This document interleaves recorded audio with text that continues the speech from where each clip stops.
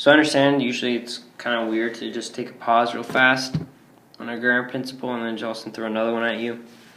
But it's kind of like the way I like to structure it. So before we just focused on vagyok and vaj, meaning I am and you are, and just focus on how to do that. But the problem is if we want to move on to like vagyunk or vagytok, those require other grammar principles like pluralization, and that's the reason why I've thrown this into here before we even touched those.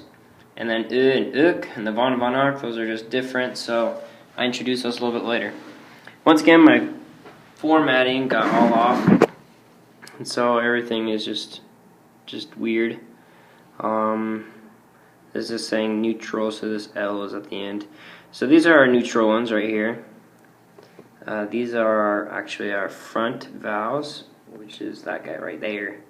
And then these are our back vowels, okay? So these are different vowel harmony groups, okay?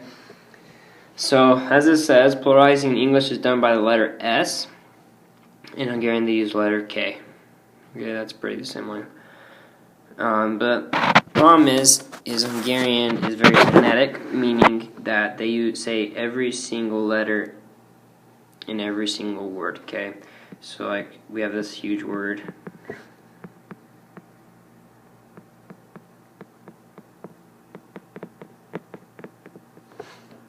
This is in the scriptures. So this is, sorry, I went too long.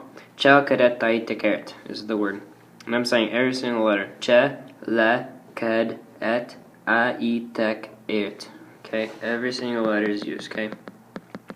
That is why when you're adding the letter K, you can't just add the letter K because it just doesn't fit with the phonetic way. It didn't sound right. So like for instance, before you were learning the word bulldog, which means happy, if I just threw a K on that, it'd be bulldog, which, you know, how would you ever tell if there's a K there or not? So that's why we use these vowel harmonies. We have to find what vowel harmony is this, and all you gotta do is circle those vowels. O's are the vowels in this word, and then you just gotta find which group is it in. So we don't see an O here, not that group. We don't see an O here. Those are the umlaut ones, those are different. We do see it right here. So we know it's in the back vowel group as we see it's connected there, okay? So now that we found it, there are a few different letters that are used. When it's going to be a back letter, the connecting vowel they use would either be an O or an A, but most commonly an O. So when in doubt, just put an O. But these front vowels, they will generally use an E or the okay? But like this one, the E is most likely used, so when in doubt, just use the E. When we're talking about front and when we're talking about back, use the O, okay? That is the best bet to do. So for here, we see the bulldog. We can just throw a K there, but we have to do the connecting vowel, so we're going to throw an O there because it's a back vowel. So we just threw that right there. And now it says bulldogok.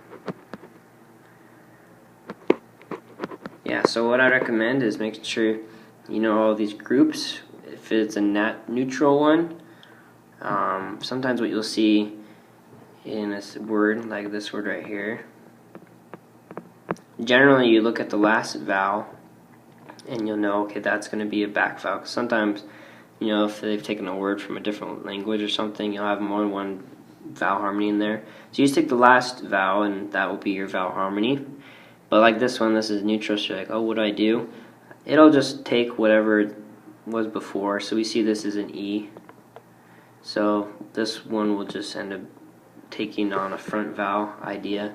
So you always use an E with this word, like that, or yeah, usually an E. And so because we're using that as a front vowel.